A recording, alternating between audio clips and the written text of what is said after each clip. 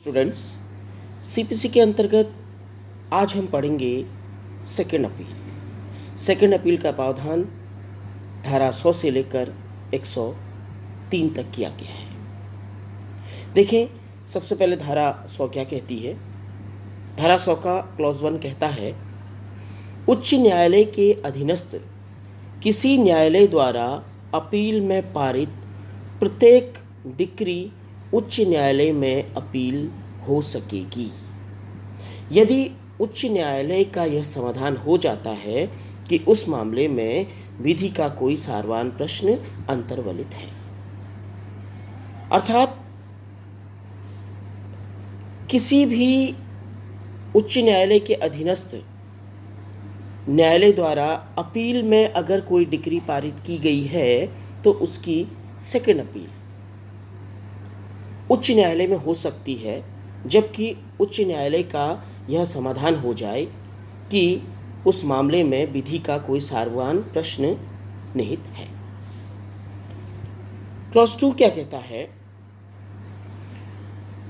एक पक्षीय पारित अपीली डिक्री की अपील इस धारा के अधीन हो सकेगी। अर्थात अगर अपील एक्स पार्टी भी डिसाइड है तो उसकी भी सेकेंड अपील हो सकती है।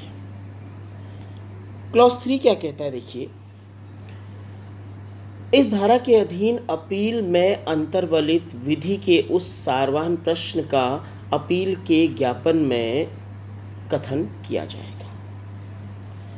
देखिए, जो विधि का सारवान प्रश्न है जिसके आधार पर वो द्वितीय अपील की जा रही है, उसका संक्षिप्तः कथन अपील के मेमोरेंडम में किया जाएगा, यानी अपील के ज्ञापन में किया जाएगा। क्लॉज 4 क्या कहता है, जहां उच्च न्यायालय का यह समाधान हो जाता है कि किसी मामले में विधि का सारवान प्रश्न अंतर्वलित है तो वह उस प्रश्न को बनाएगा।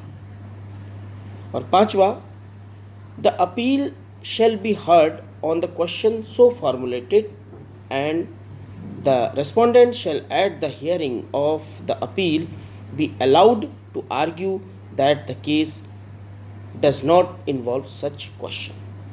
देखिए, जो अपील में इस प्रकार से जो विधि का सारवान प्रश्न बनाया गया है उस पर ही अपील की सुनवाई होगी, लेकिन रेस्पोंडेंट को यानी प्रतिपक्षी को यह कहने का मौका दिया जाएगा कि इस अपील में ऐसा विधि का सारवान प्रश्न मौजूद नहीं है। सब्सटेंशियल क्वेश्चन ऑफ लॉ, देखिए, विधि का सारवान प्रश्न क्या हो सकता है। Finding of facts is based on no evidence, अभिलेख पर किसी साक्ष्य के बिना निष्कर्ष अभिलिखित करना, यह विधि का प्रश्न हो सकता है। Misconduct in collection of and evolution of evidence, साक्ष्य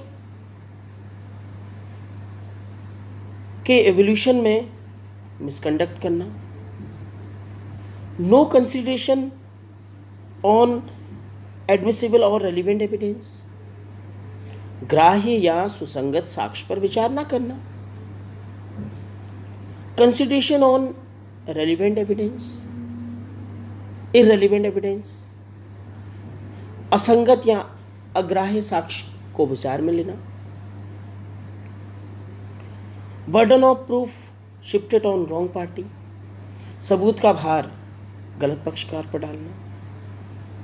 ये सारी चीजें सब्सटेंशियल क्वेश्चन यानी सारभूत विधि का प्रश्न हो सकते हैं।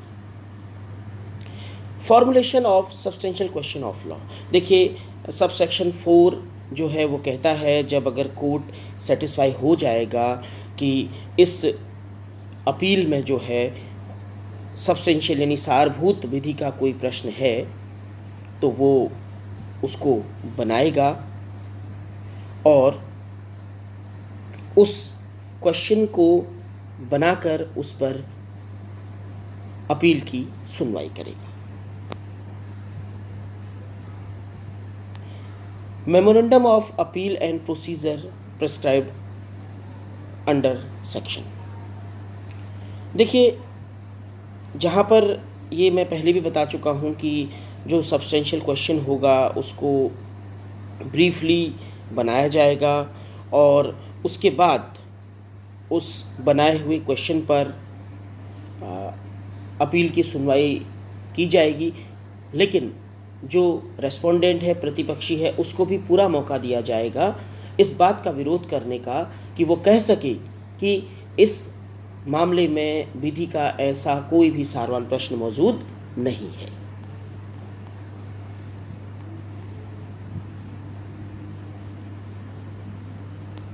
Section 110A, no further appeal in certain cases. कतिपय मामलों में पुनः अपील ना होना।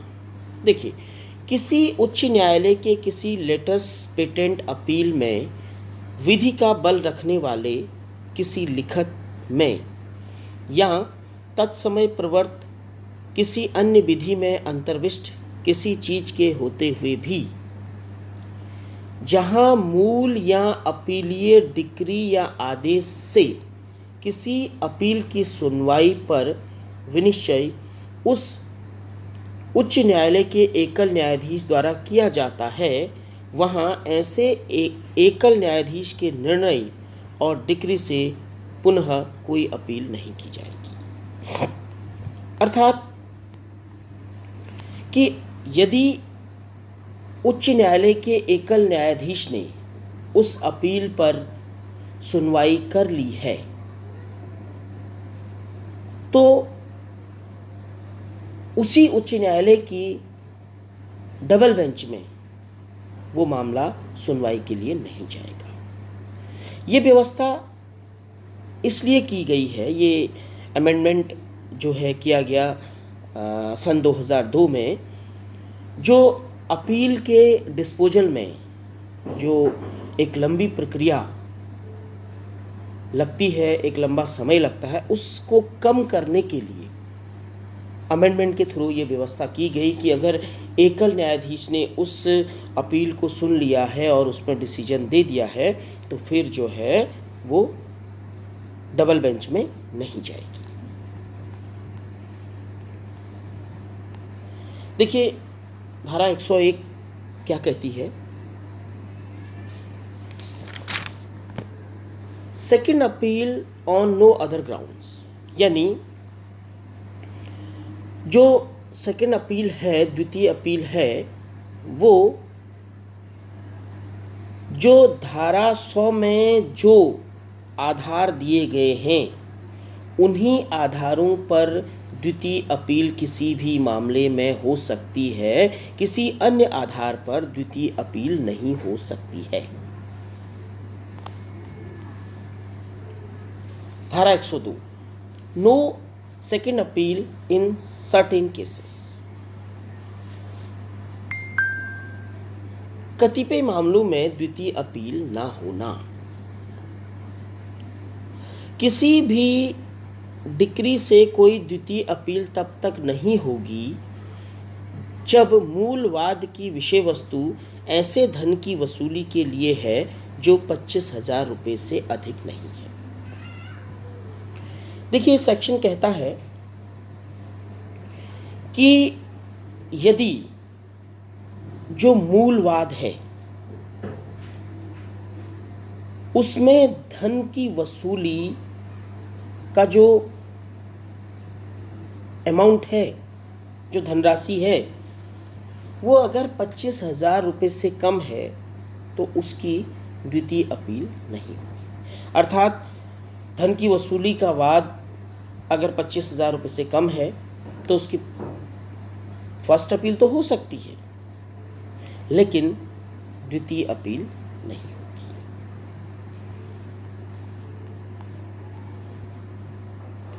देखिए, धारा 103 कहती है, तथ्य विवादियों का अवधारण करने की उच्च न्यायालय की शक्ति। यदि अभिलेख में का साक्ष्य पर्याप्त हो तो किसी भी द्वितीय अपील में उच्च न्यायालय ऐसी अपील के निपटारे के लिए आवश्यक कोई विवादित अवधारित कर सकेगा। यानी द्वितीय अपील में issues of fact high court द्वारा निर्धारित किए जा सकेंगे। देखिए कैसे किए जा सकेंगे। निचले अपील न्यायालय द्वारा प्रथम बार के न्यायालय और निचले अपील न्यायालय दोनों ने अवधारित नहीं किया। ऐसे इश्यू ऑफ फैक्ट अवधारित किए जा सकेंगे जो ना तो निचले अपील न्यायालय द्वारा और ना ही प्रथम बार के न्यायालय द्वारा वो अवधारित किए गए हैं। मतलब अगर ट्रायल कोर्ट ने और फर्स्ट अपीलेट कोर्ट ने अगर कोई विवादक निर्धारित नहीं किए हैं तो उच्च न्यायालय सेकंड अपील में उन विवादकों को निर्धारित कर सकता है। धारा 100 में यथा निर्दिष्ट विधि के ऐसे प्रश्न के विनिश्चय के कारण ऐसे न्यायालय या न्यायालयों द्वारा गलत तौर पर अवधारित किया गया है। देखिए अगर नीचे के न्यायालयों ने विधि के ऐसे प्रश्न को गलत तरीके से अवधारित किया है